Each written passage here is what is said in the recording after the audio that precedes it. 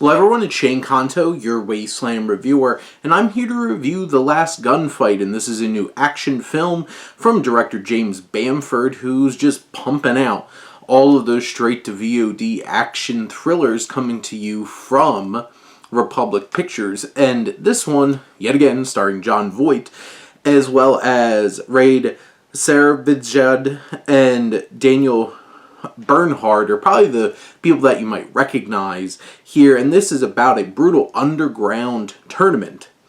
The world's top assassins face off against a rogue crew with a deadly plan, infiltrate this competition, survive the bloodbath, and defeat the mastermind behind it. And this is one of those kinds of films where, you know, the concept's great. It's very a la Enter the Dragon or Mortal Kombat, where it's just like you have all of these very skilled people coming into this competition, and that's an exciting idea.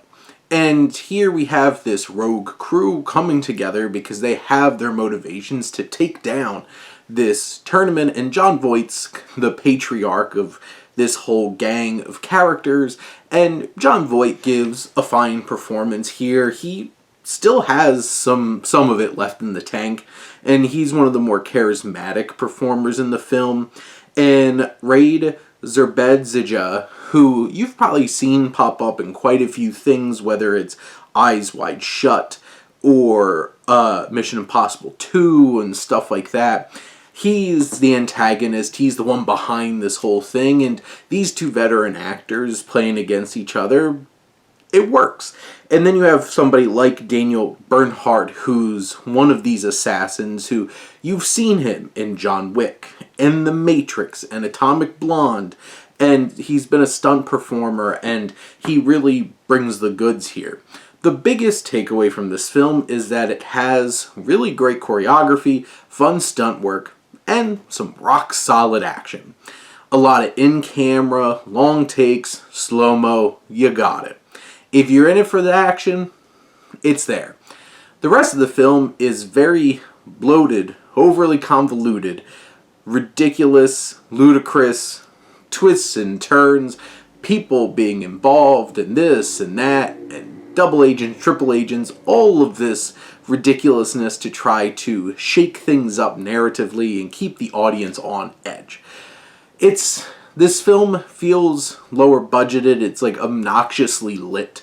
Like everything's overly bright. But like I said, the action works. You have some solid veteran performers, while a lot of the cast feels very bland and doesn't really deliver much. And many of these characters are paper thin, but so many of them bring the physicality when the action sequences come. You know, that's probably why they're in this movie.